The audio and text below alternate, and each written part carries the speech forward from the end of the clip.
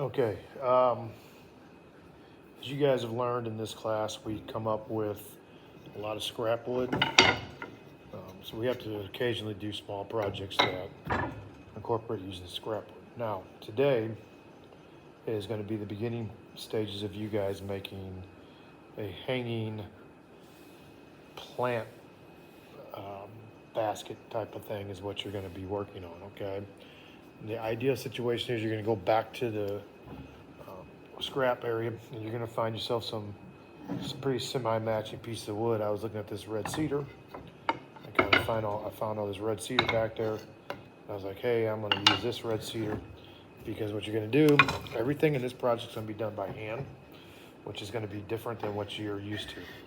You kind of jumped into the whole machines thing so that you guys can get working on them.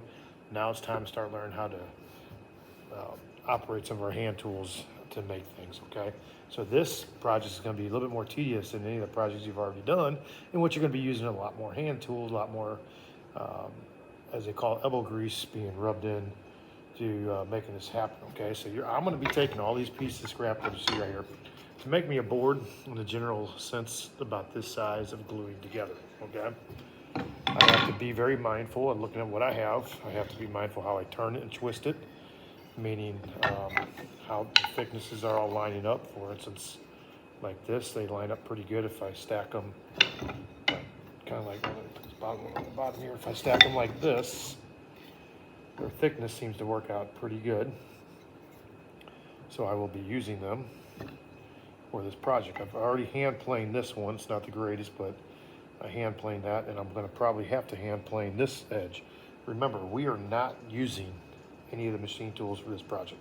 This is strictly a hand tool project that I'm going to give you the how-to videos on. Shorter stints of videos that you will then use these videos to help you make this project. Now, while these pieces of wood are still fairly long, and again, I picked all the same ones. You don't have to pick the same ones. You can pick, again, like the charcuterie board. It can be different types. You just kind of want to ideally get the same thickness as you possibly can because it will help you out and you have to do less hand planing at the end. And this is what I mean by hand planing, okay? So you kind of see their thicknesses are, when I turn and use them that way, are pretty good, okay? They pretty much line up this way and this way. Now, I am going to make a board that is 5 inches wide, okay? That is going to be every bit of 10 inches tall, because that's my line here, 10 inches tall here. If I go a little bit higher based on my wood, that's good. I just don't want to be shorter.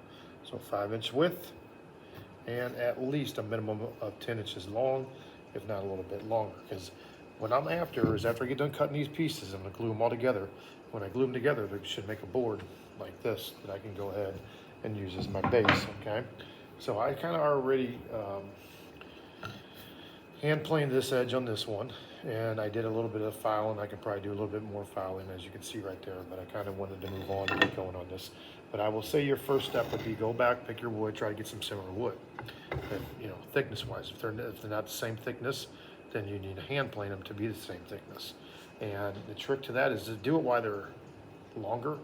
Don't do them after you cut them into 5-inch pieces, because that's going to make it a little bit tougher for you to plane it. You won't be able to run that planer down there. Now I kind of started on one here so you guys can kind of watch. I just kind of have it in the vise on the table. You can also probably, this stuff we have to kind of go around and use this table amongst different people who have the vices, kind of borrow the tables. Go across this nice and easy. Okay. There goes my camera. It doesn't have the stand on the back. Sorry about that. Okay, and so basically I'm going to keep doing this.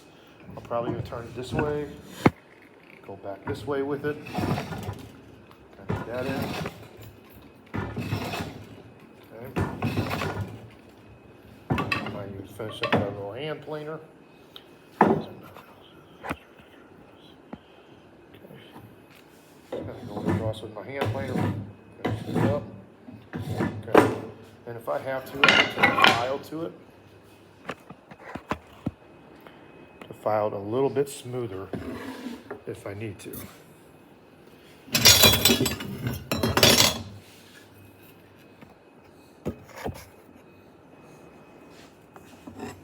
So I can take the file here, just rub it on there, take out some of the spots that may not be where I want them to be. Hand sander, we know where those are, all up there in the front where the sanders are. Come across here, sand it a little.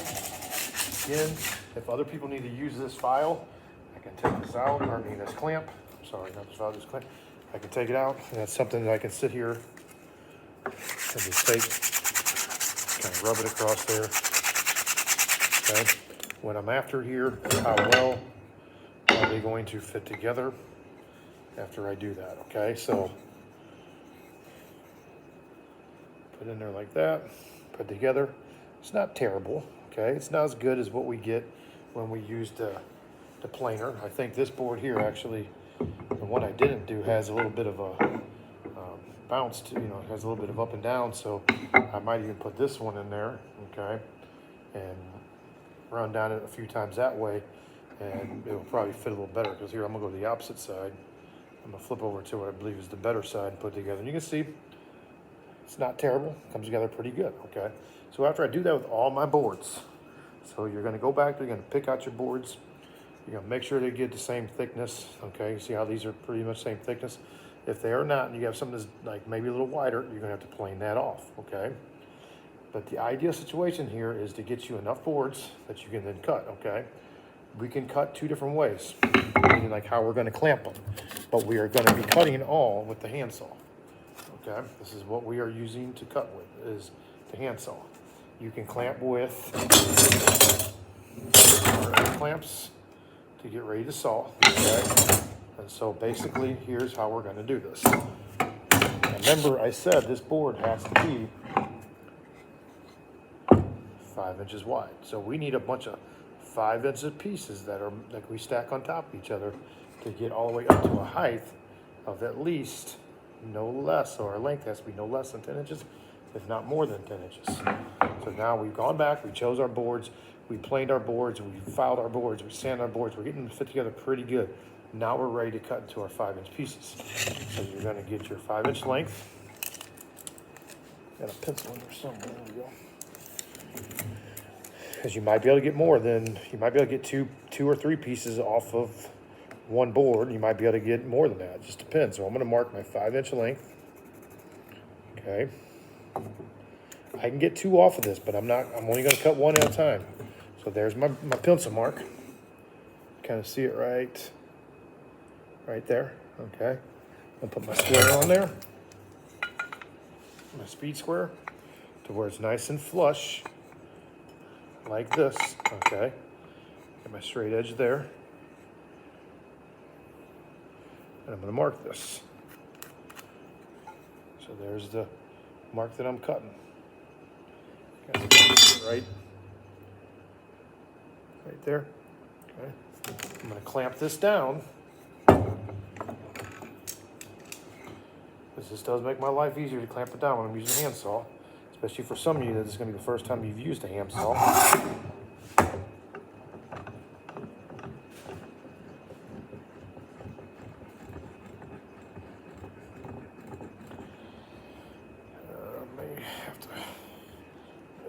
I may have the clamp a little bit in the way, so I'm going to have to back it out a little bit, push it out a little further. That's one thing you can make sure you don't put the clamp in your way. And then one of the ones that got them broken. Fix that. Further out. That's right there.